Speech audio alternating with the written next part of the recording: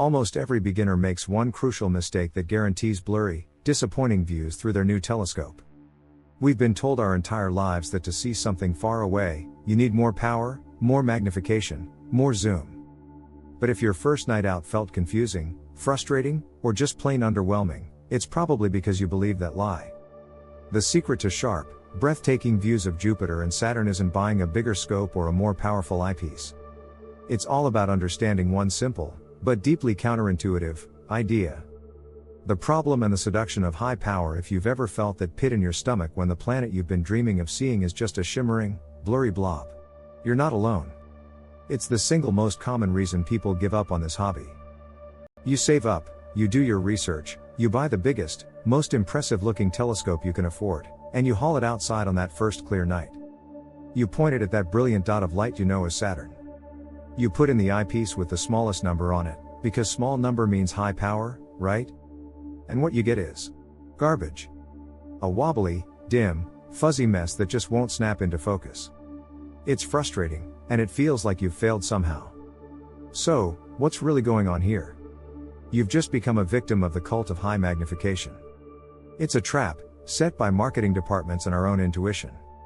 Telescope boxes love to boast enormous numbers like 500x or 675x, and we're conditioned to think that's the most important thing to look for. But that's like buying a car based only on its top speed. Sure, it can go 200 miles per hour, but when are you ever going to actually use that? And more importantly, what's the ride quality like along the way? The truth is, excessive magnification is a view killer. It takes the limited amount of light your telescope gathers and spreads it out way too thin, making the image dramatically dimmer. It also magnifies every single disturbance between you and that planet.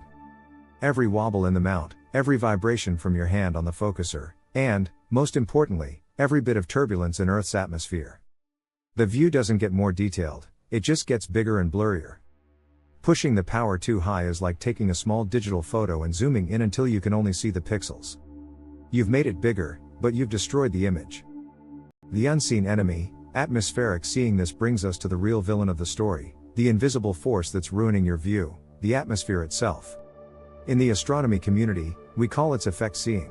The air above you, even on the most beautiful, crystal clear night, isn't static. It's a turbulent ocean of moving air pockets, all with slightly different temperatures and densities. Imagine looking at a coin at the bottom of a swimming pool.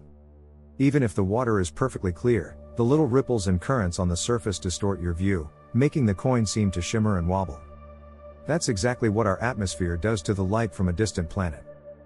This light has traveled hundreds of millions of miles through the perfect vacuum of space, only to get bent and scrambled in the last few miles by our turbulent air. This is why stars twinkle. They're so far away they are perfect points of light, and that tiny pinprick of light is easily knocked around by the atmosphere. Planets are closer, so they tend to shimmer more than twinkle, but they're subject to the same abuse. On a night of bad seeing, the atmosphere is very turbulent. It's like looking through fast-moving water. No telescope on Earth, no matter how expensive, can give you a sharp image then. But on a night of good seeing, the air is calm and stable. It's like looking through perfectly still water. Those are the nights we astronomers live for. And here's the crazy part, a larger telescope is actually more affected by bad seeing. Its wider mirror is looking through a bigger column of that turbulent air, so it's basically collecting more of those distortions. This is why cranking up the magnification on a turbulent night is a recipe for disaster. You aren't magnifying the planet, you're just magnifying the blur. You're putting the atmosphere itself under a microscope. The solution and the hero, the low-power eyepiece. So if high power is the villain and the atmosphere is the enemy, who's the hero of our story? It's humble, it's unassuming, and it's probably the eyepiece you've been ignoring, your lowest power, longest focal length eyepiece. You know, the one with the biggest number on it, like 25mm or 32mm. This is your secret weapon. Starting with your lowest power eyepiece is the single most important habit you can build. Lower magnification gives you a brighter, sharper, and wider view of your target. A sharp, small planet is infinitely better than a big, blurry blob, and it will actually show you more real detail.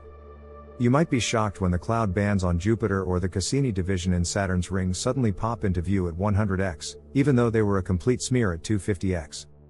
This all comes down to the concept of useful magnification. Every telescope has a theoretical limit, but the practical limit on any given night is almost always set by the atmospheric seeing. A good rule of thumb is that your maximum useful magnification is about 50 times your telescope's aperture in inches.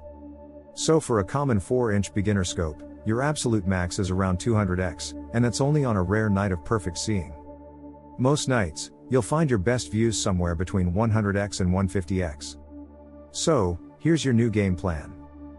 First, let your telescope sit outside for at least 30 minutes to an hour to get used to the temperature.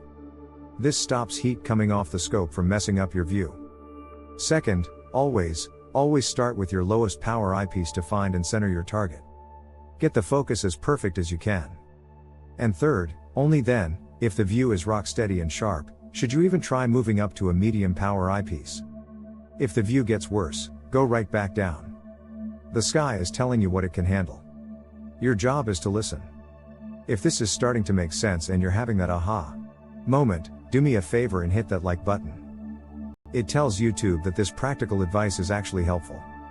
And be sure to subscribe, because mastering your gear is only half the battle. Knowing what to look for in the sky is the other half, and we cover that every single week.